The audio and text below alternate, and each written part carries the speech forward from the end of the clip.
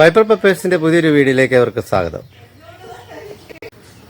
കുറ്റിക്കുരുമുളകിലെ ഈ കുറുതിരികൾ വന്നാൽ എന്ത് ചെയ്യണം, അതാണ് ഇന്നത്തെ വിഷയം. കുരുമുളകിൻ്റെ തിരികൾ ഇതുപോലെ ചെറിയ തിരികൾ വന്ന് നിൽക്കാറുണ്ട്. അത് സാധാരണഗതിയിൽ ഞാനതങ്ങ് നുള്ളിക്കളയും. ഇത്ര ചെറിയ നീളമുള്ള തിരി ഇങ്ങനെ വന്ന് ഇത് ഉണ്ടാകത്തില്ല. ഇതിനകത്ത് 2-3 മണിയൊക്കെ കാണത്തുള്ളൂ. ഇത് നമ്മളങ്ങ് നുള്ളിക്കളയും. ഇത്തരം കുറിയ തിരികൾ ഈ കുറ്റിക്കുരുമുളകിലാണ് സാധാരണ കാണുന്നത്.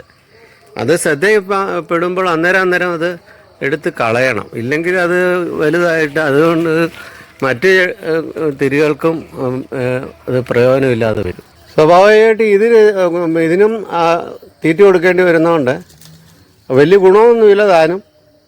അതിനകത്തു നിന്ന് നമുക്ക് 1-2 മണിയേ കിട്ടത്തുള്ളൂ.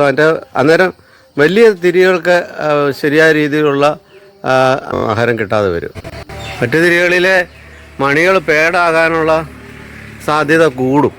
അപ്പോൾ അങ്ങനെയുള്ള തിരികൾ നമ്മൾ നുള്ളിക്കളയണം. ഈ കൈരളിക്കകത്തിലാണ് ഇത് കൂടുതലും ഞാൻ കണ്ടിട്ടുള്ളത്.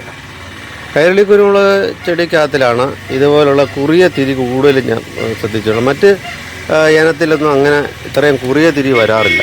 പൈപ്പർ പെപ്പേഴ്സിൻ്റെ ചാനൽ ഇനിയും നിങ്ങൾ സബ്സ്ക്രൈബ് ചെയ്തിട്ടില്ലെങ്കിൽ ദയവായി സബ്സ്ക്രൈബ് ചെയ്യുക, ഷെയർ ചെയ്യുക, ലൈക്ക് ചെയ്യുക, കമൻറ്റുകൾ ഇട്ട് സപ്പോർട്ട് ചെയ്യുക.